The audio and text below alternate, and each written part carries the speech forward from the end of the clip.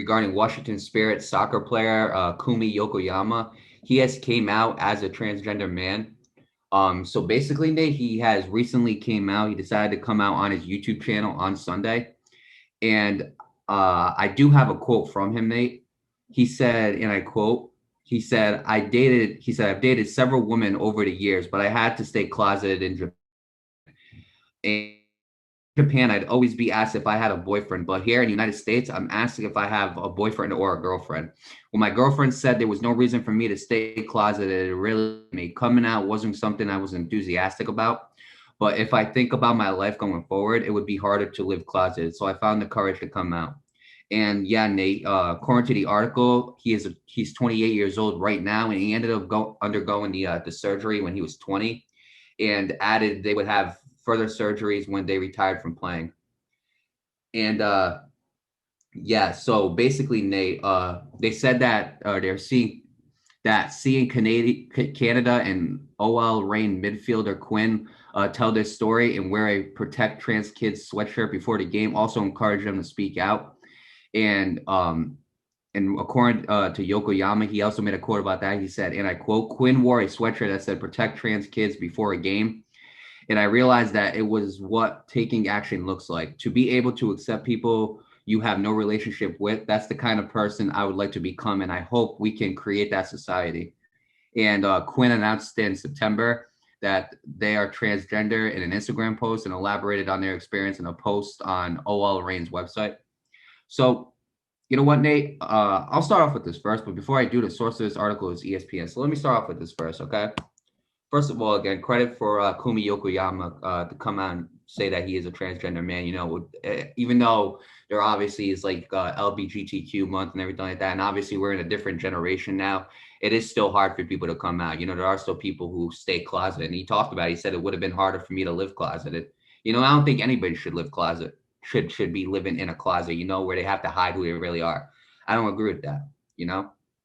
Now, obviously, like you announced this, and the next thing that like I would think about is like, what are the teammates going to say, you know? And I hope that they are supportive of him. Personally, me, this is how I would react. So if I was his teammate, right, and I'm playing for his team, the next time we see each other, we're in the same like facility, or we have a game or practice, whatever it might be. I'm gonna walk up to him. I'm be like, hey, look, man, I support who you are. I support who you are. And after that, I'm not treating him no different than what I did before I knew the news. You get what I'm saying? I'm not treating you no different. I'm treating you the same way that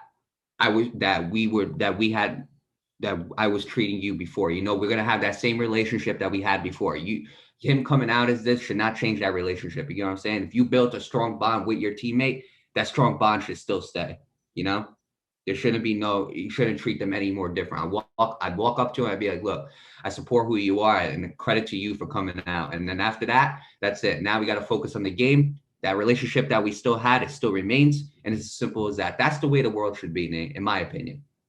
Okay, I don't think it should be treating someone different after you find out different news. You know, I don't think it should be bashing someone or shaming them. I don't think it should be pitying them either. You know, I think, again, the relationship that you had before you heard about the news should be that same relationship that you have now. You know, at the time you had a strong bond. You had a strong bond with your teammate. That strong bond should still stay, regardless of who they are.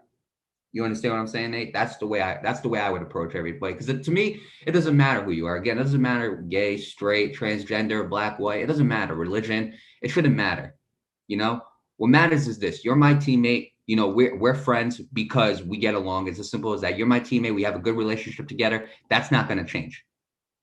You know what I'm saying? Despite what news comes out, what we heard, what your decision was, you know, that relationship should not change. And it's unfortunate because in some situations in the world, that's not the case, you know? It really is unfortunate. Personally, if you want to be personally, I believe everybody should come out and tell everybody what their true identity is, you know?